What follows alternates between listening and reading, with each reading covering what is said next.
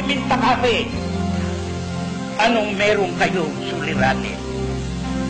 Kayo ba'y biniyaya ng Diyos?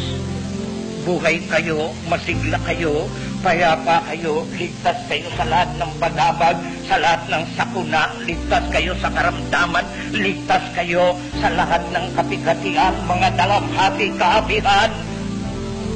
Oh, Panginoon niyo pasasalamatan. Lalapit ba kayo kay San Pablo? Lalapit ba kayo kay San Pedro? Lalapit ba kayo sa isang santo? Mga nilikha. Lalapit ba kayo kay Birheng Maria at sasabihin nyo, salamat po sa iyo, walang galang kayo?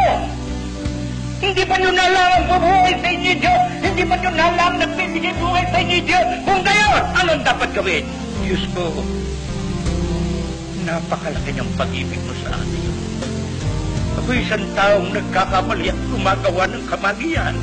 Hindi kita napupurihan ng tapat sa aking pamumuhay. Gayon man, nananatili ang iyong pag-ibig sa akin.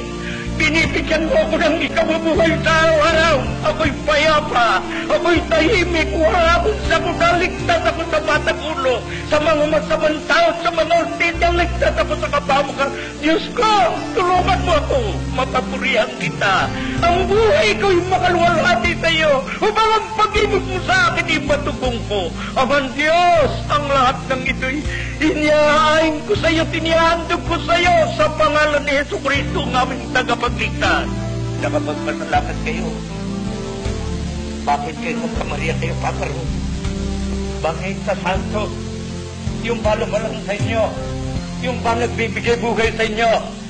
Wala tayong kalang at wala kayong pitagan, nagkakasala tayo sa ginagawa natin yan. Kaya't magbangon tayo, mga kapatid at mga Pilipino, pang kababayan. Magbangon tayo sa pagkakapatihan.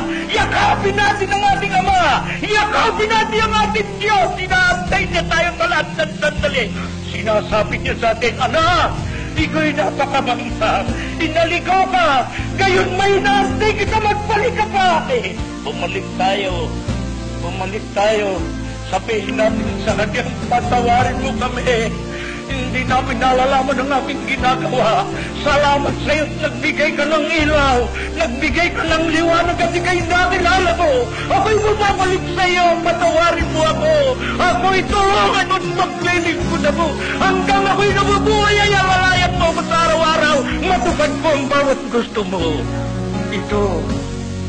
Ito ang pananampalatayang itinuturo ni Jesucristo ng ating Panginoon ng mga apostol. Hindi yan ang pananampalataya na itinuturo ng mga taong lumilito at gumagawa ng balita at ibukan. Hindi. Lumapit kayo sa Kanya. Opo, sa Kanya kayo lumapit.